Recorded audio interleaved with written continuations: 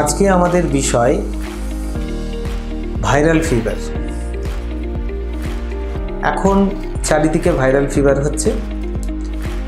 সাধারণ মানুষের মধ্যে যখন ভাইরাল ফিভার হয় তখন এর প্রভাব বা প্রতিক্রিয়া অতটা বেশি হয় না, কিন্তু যাদের কিডনির সমস্যা আছে বা যাদের ডায়ালিসিস হয় অথবা যারা কিডনির পেশেন্ট তাদের কিন্তু এর অনেক বেশি প্রভাব পড়তে পারে।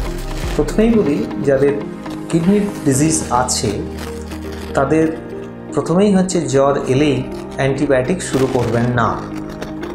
এখন চারিদিকেই ভাইরাল ফিভার হচ্ছে, প্যারাসিটামল নিন, তাতেও যদি জ্বর না কমে রক্ত পরীক্ষা করুন, ডেঙ্গু হচ্ছে কিনা দেখে নিন, লোকাল ডাক্তারের পরামর্শ নিন এবং তিনি যদি বলেন অ্যান্টিবায়োটিক শুরু করতে তাহলে অ্যান্টিবায়োটিক নিতে পারেন।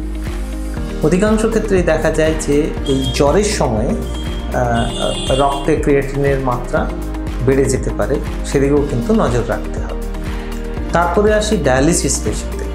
ডায়ালিসিস পেশেন্টদেরও একই রকম, কিন্তু তাদের ওপরে আরও বেশি নজর রাখতে হবে।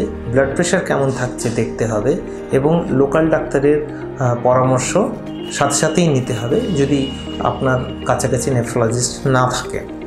এবার আসি ট্রান্সপ্ল্যান্ট পেশেন্টদের জন্য। ট্রান্সপ্ল্যান্ট পেশেন্টদের জন্য কিন্তু অতিরিক্ত সাবধানতা অবলম্বন করতে হবে।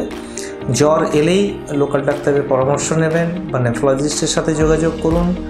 অনেক ওষুধ ট্রান্সপ্ল্যান্ট পেশেন্টরা পান যেখানে শরীরে WBC কাউন্টের মাত্রা অনেক কমে যায়, সেদিকে নজর রাখতে হবে। দরকার হলে মাইক্রোফেনোলেট, মরফেটিলের ডোজ কমাতে হবে বা বন্ধ করতে হবে। এখানেও বলবো অ্যান্টিবায়োটিক ইমিডিয়েটলি স্টার্ট না করে লোকাল ডাক্তারের পরামর্শ নিন এবং গ্রাফট ফাংশন বা ক্রিয়েটিনের মাত্রা ক্লোজলি মনিটরিং করুন। সুতরাং ভাইরাল ফিভার হলেই যেমন আতঙ্কিত হবেন না, সেরকম রিল্যাক্স থাকারও কোনো মানে হয় না। লোকাল ডাক্তারের পরামর্শ অনুযায়ী চিকিৎসা করা। নমস্কার।